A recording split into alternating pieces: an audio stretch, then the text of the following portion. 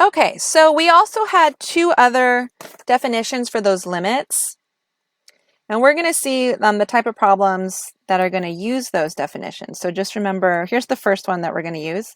The limit as x approaches 0 of sine x over x is equal to 1.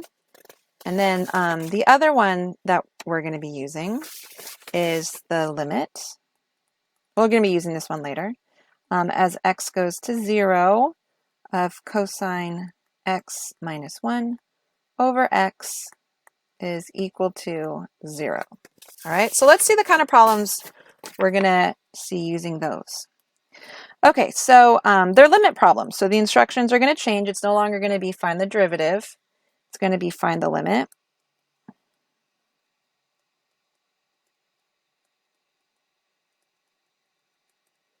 Okay, so maybe something like the limit as x approaches 0 of sine x divided by sine of pi over x.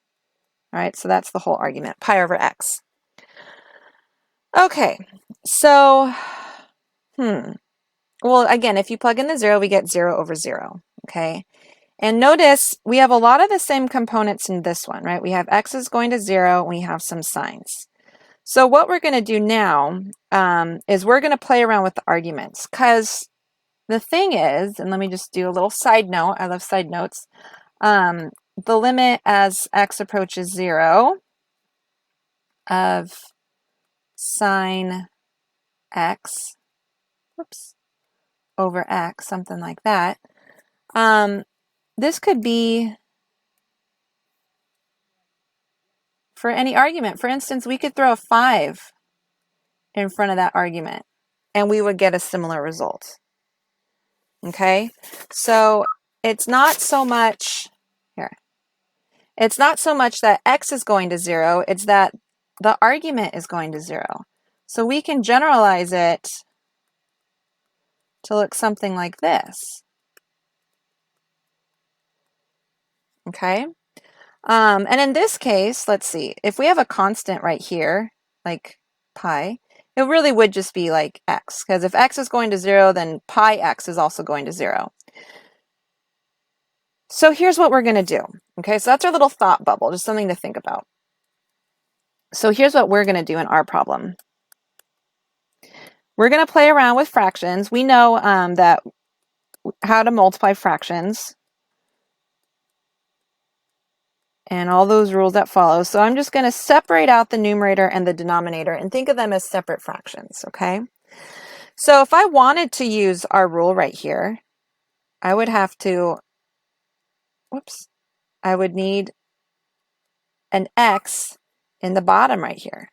So I'm just going to put it for now. I'll do it in a different color so we can keep track. I'm just going to put an x right there. That would be nice. If we had an x right there, we could use our theorem. Likewise here, let me get a different color. We have a pi over x. So if we wanted to use our theorem, it'd be nice to put a pi over x right there. Does blue show up on blue? Not really. Do it like this. Pi over x. All right, and then that's like our wishing game. And if that happened, then we could use our theorem. Well, it can happen. We can put in extra factors. We're allowed to divide the top and bottom by the same number. That's an allowed algebraic rule. So look at this. So far, I've divided by x, but I have also multiplied by x. And x over x is 1. So we're fine there. We haven't changed anything. But right here we have a pi. We multiplied by pi, but have we divided by pi yet? No. So let's fix it. And it's really easy to fix. We can just put a pi in the bottom like that. And now everything is balanced. And we're not doing anything illegal. So let's see what we can do. Okay, so let's do this step by step. This is a constant. So where can we move that constant? In front of the limit. Okay, and now these are products. We can separate products by the limit or with the limit. So that's definitely going to 1. Whoops.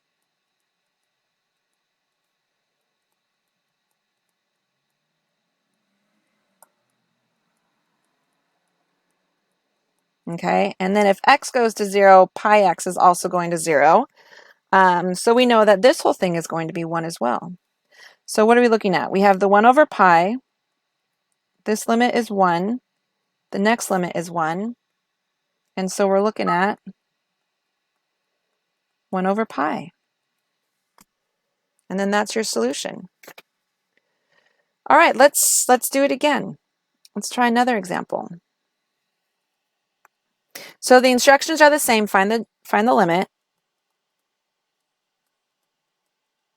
And now this is going to be sine of 5x over 3x. Okay, so again, we're looking at this. X is going to 0, and we're looking at sine of 5x. Okay. Again, this looks an awful lot like our theorem right here. Okay, the only difference is that instead of the argument just being x, it's a 5x. And that's okay, because if x goes to 0, that's like 5x going to 0, because 5 times 0 is 0, right? So that would be really nice that instead of this 3, we had a 5. All right, and then we can use our theorem. So that's what our thought process is. It'd be really nice if that was like this. So we're going to do a little manipulation.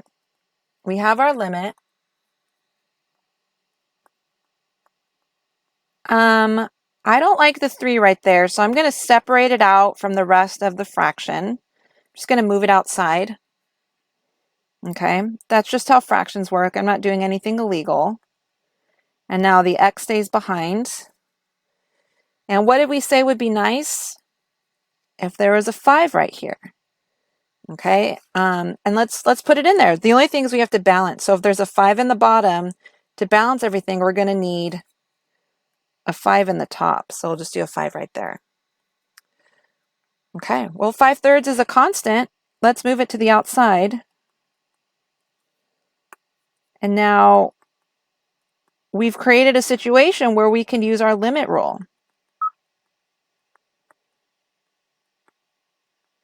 All right, which is kind of like that right there.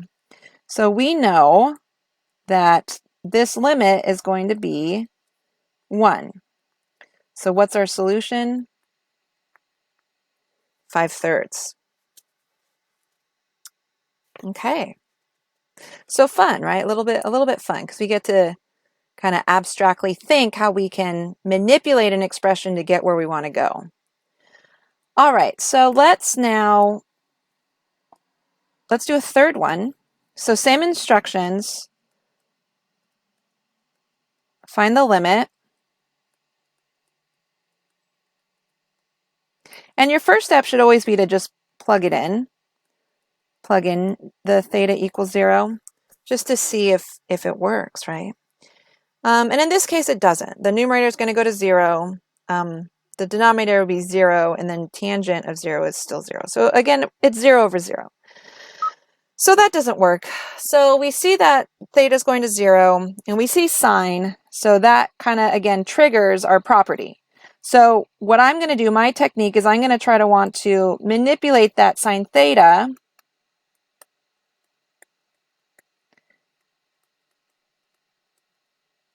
by getting a theta in the denominator, so I can use my limit rule and say that that's equal to 1.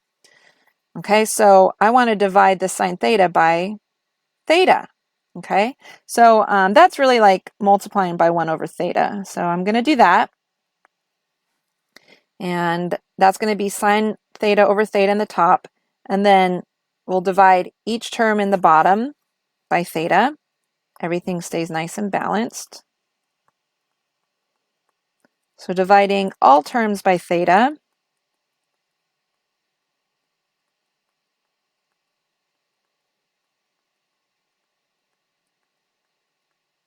What do we get?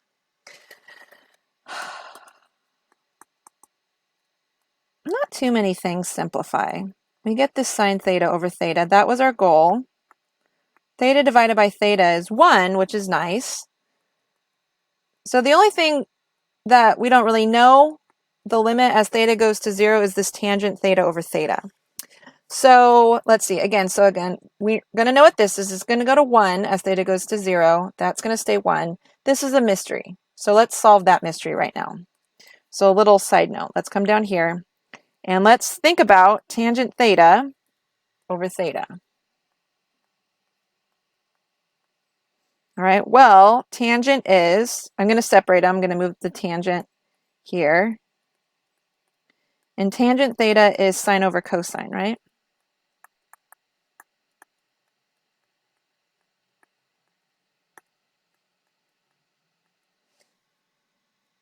Okay, and then I'm going to switch these two, because if I switch those two, and we're allowed to do that because it's multiplication and it's commutative.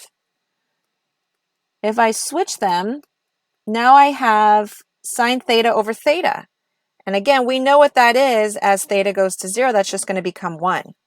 So that's great. So let's put this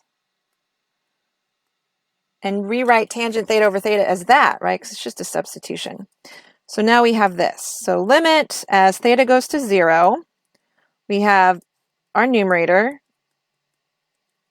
We have that 1, which is okay. And now we have our new expression, sine theta over theta times 1 over cosine theta.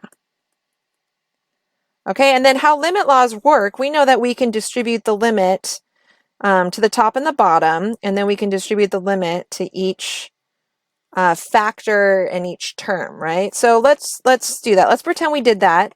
And now that we wrote it like this, we can take the limit of each one of these things. For instance, the limit as theta goes to 0 of our top is 1, and then constant will stay at 1. Sine theta over theta as theta goes to 0 is also 1. And then as theta goes to 0, cosine of 0 is what? It's 1, and 1 divided by 1 is 1. Okay, so that's us taking the limit. Denominator becomes 1 plus 1 is 2, so the answer is 1/2, if you can believe it. Okay, so I think you guys are ready to try some on your own.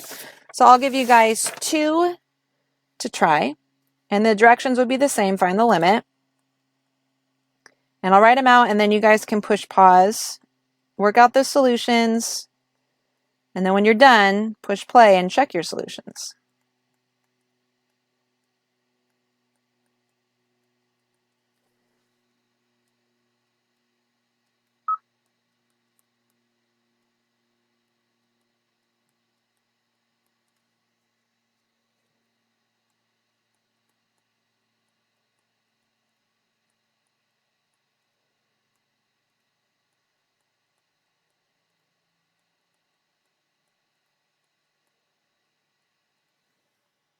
All right, so go ahead and push pause.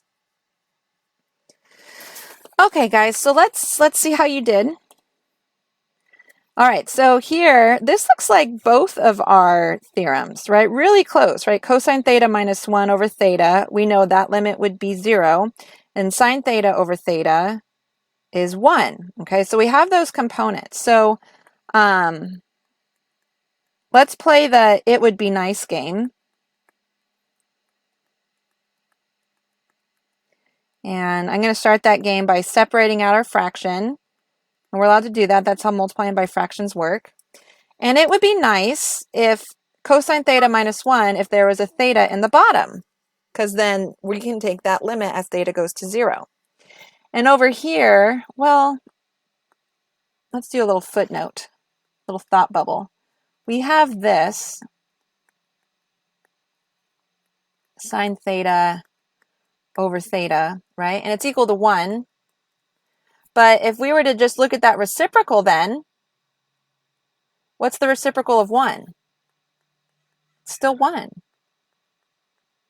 So if we have this expression like we have, which is just the reciprocal, it's still going to be 1. So we could find this limit and we can find this limit. And then let's see, did we balance the equation?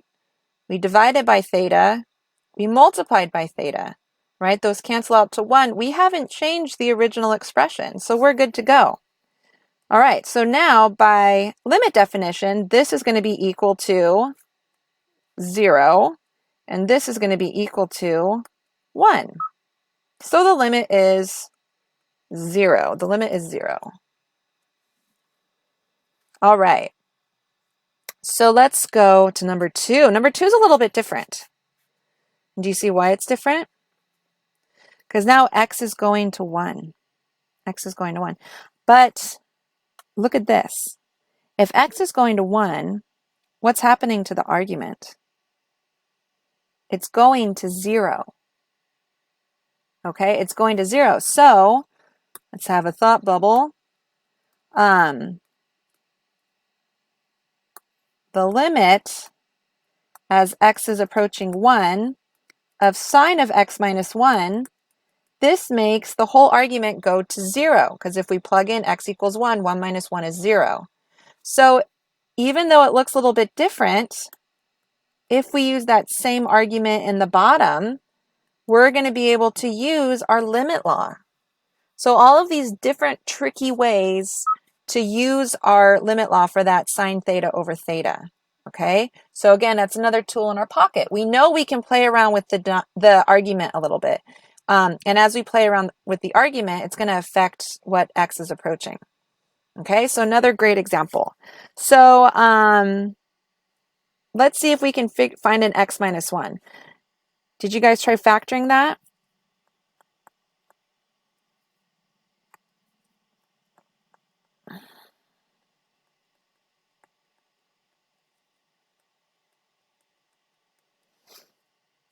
Let's see, two numbers that multiply to -2 and add up to +1 are -1 and +2.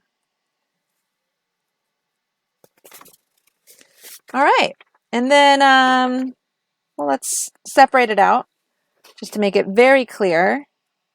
And then we should see that expression we just created in our little thought bubble.